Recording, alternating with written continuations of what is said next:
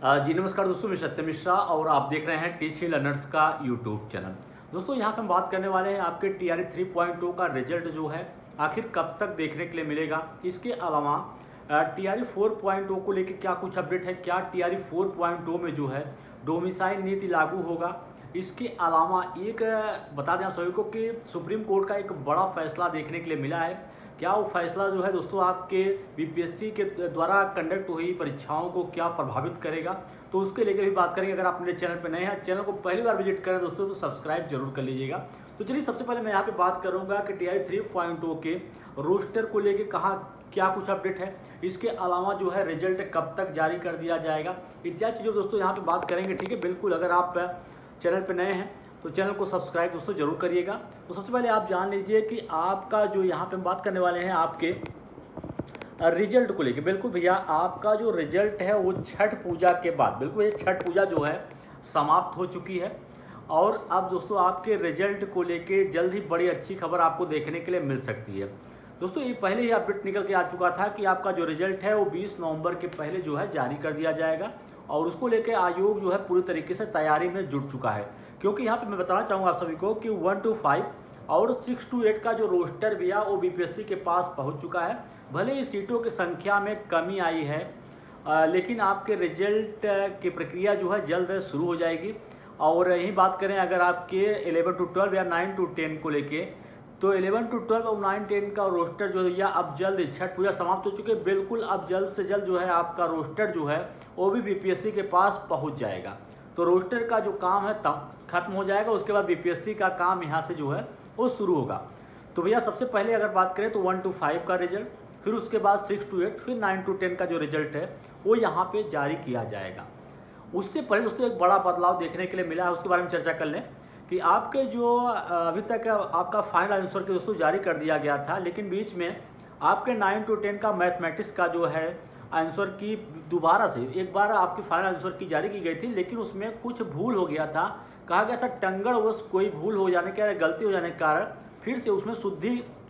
थोड़ा सा शुद्धिकरण किया गया है। फिर उसके बाद फिर से आपका दोबारा से आंसर की जारी हुआ और उसी क्रम बता दें आप सभी को कि फिर 6 तारीख को आपके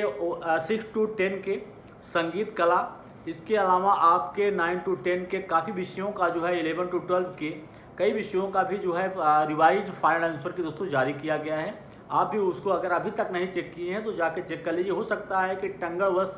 कोई प्रश्न जो है उसका आंसर जो है गलत हो गया हो तो उसको भी इसमें सुधारा गया हो सकता है कि आपके 1-2 नंबर का फ़ायदा जो है वो वहाँ से हुआ होगा। ये तो रही आपके फाइनल आंसर की या जो बदलाव हुआ है उसको लेके। यहाँ भी हम बात करेंगे आपके कि टीआरई 4.0 जो विज्ञापन है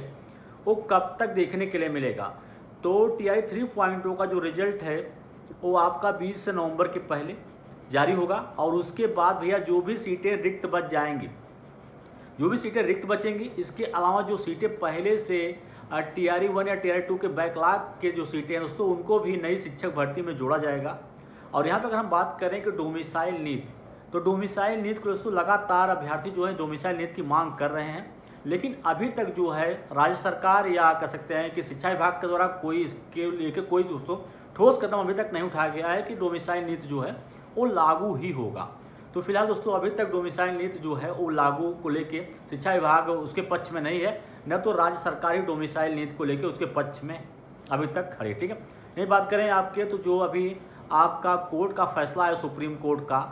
कि जो भी भर्तियां अभी आपके होंगी सरकारी तरफ से या सरकार की तरफ से, उसके भर्तियों में बीच में किसी प्रकार का कोई बदलाव जो है वो नहीं किया सकता। दोस्तों क्या उसका इफेक्ट जो है आपके टीआरई के द्वारा जो है कंडक्ट बीपीएससी टीआरई की जो भी भर्तियाँ कंडक्ट हुई हैं क्या उस पर उसका प्रभाव पड़ेगा। तो भैया जाहिर सी बात ये भी एक चीज़ और कहा गया है कि कुछ भर्तियों में अगर कुछ चीज़ों के संशोधन में,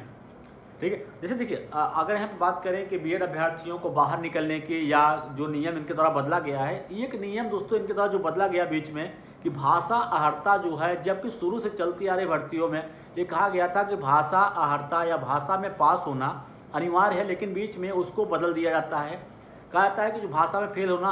अगर पास हो गए तो हो गए, अगर फेल हो गए तो कोई बात नहीं है, भाषा में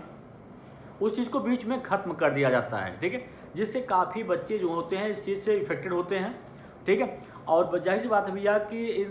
उसमें थोड़ा सा दोस्तों संशोधन करने की जरूरत है, लेकिन फिलहाल अब हो सकता है कि आगे की जो भर्तियां हैं TRE 4.0 में सारी चीज़ें हो सकती हैं कि एक बार अगर कोई नियम बन जाएगा तो फिर आगे उसमें किसी प्रकार का कोई बदलाव नहीं हो सकता है। जो भी भर्तियां निकाली जा रही थी दोस्तों, बीच में जब बीएड को लेकर विवाद चल रहा था तो उसमें ये चीज़ें कही जा रही थी कि जो भी भर्तियां आएंगी उस पर अगर जो भी सुप्रीम कोर्ट का जो भी डिसीजन आएगा उस डिसीजन को इसमें जो है इन्वॉल्व किया जाएगा। ठीक है, उस चीज़ को ध्यान में रख के बच्चे जो है फॉर्म भरें या अप्लाई करें। तो फिलहाल जो चीज़ें हुई वो तो हो गई दोस्तों, आगे से जो भी भर्तियाँ आएंगी उसमें इस चीज़ का बिल्कुल जो है ध्यान रखा जाएगा, किसी प्रकार का कोई बदलाव न हो।